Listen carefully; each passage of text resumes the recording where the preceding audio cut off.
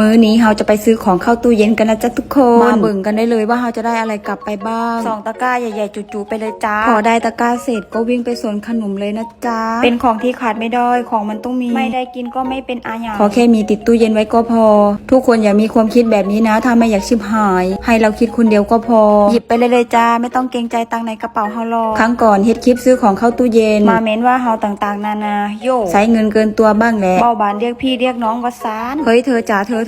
ใครเขาใช้ตังเกินตัวกันละจ้าไม่ใช่ค่าแรงวันละ500ใช้วันละ 1,000 แบบนี้ก็ไม่เอาบางคนก็บอกว่าทำไมน้องแก้วไม่ไปซื้อของที่บิ๊กซีโลตัสแมคโครละจ้าซื้อแบบยกแพ็คยกลังถูกกว่าอีกตั้งเยอะพี่จ๋าพี่คือเราไม่อยากได้ยกแพ็คไงเช่นนมดัดมิลที่เฮาหยิบใช่ไหมอยากได้ 4-5 รสรวมๆกันเฮาก็ไม่ได้อยากกินรสเดียวไงจ้าพี่จ๋าแต่ก็ขอบคุณสำหรับคอมเมนต์ที่บอกที่เตือนเฮาเด้อแต่บางทีเฮาก็สะดวกแบบนี้เพื่อนๆอย่าเพิ่งว่าเฮาได้บอให้เฮาว่าเฮาคนเดียวก็พอล่าสุด2 ตะกร้าเต็มบักคักเลยเนาะจ้ามาต่อตะกร้าที่3สู่สู่ไม่ชิบหายวันนี้จะชิบหายวันไหน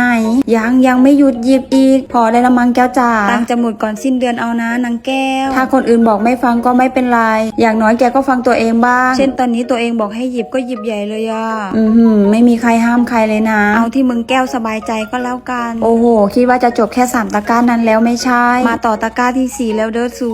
ไอติมไอใจหวานเย็นสดชื่นไหนค่าเสียหายวันนี้เท่าไหร่มาดูซิ1,300ก็พอแล้วเนาะปั๊ด1,400หยุดได้ละมั้ง1,500 1,600พอแล้วเนาะ2 แบงค์เทาหวังว่าคงมีทอนนะเฮ้ยเอาไม่หยุดสุดไม่อยู่ชิบหาย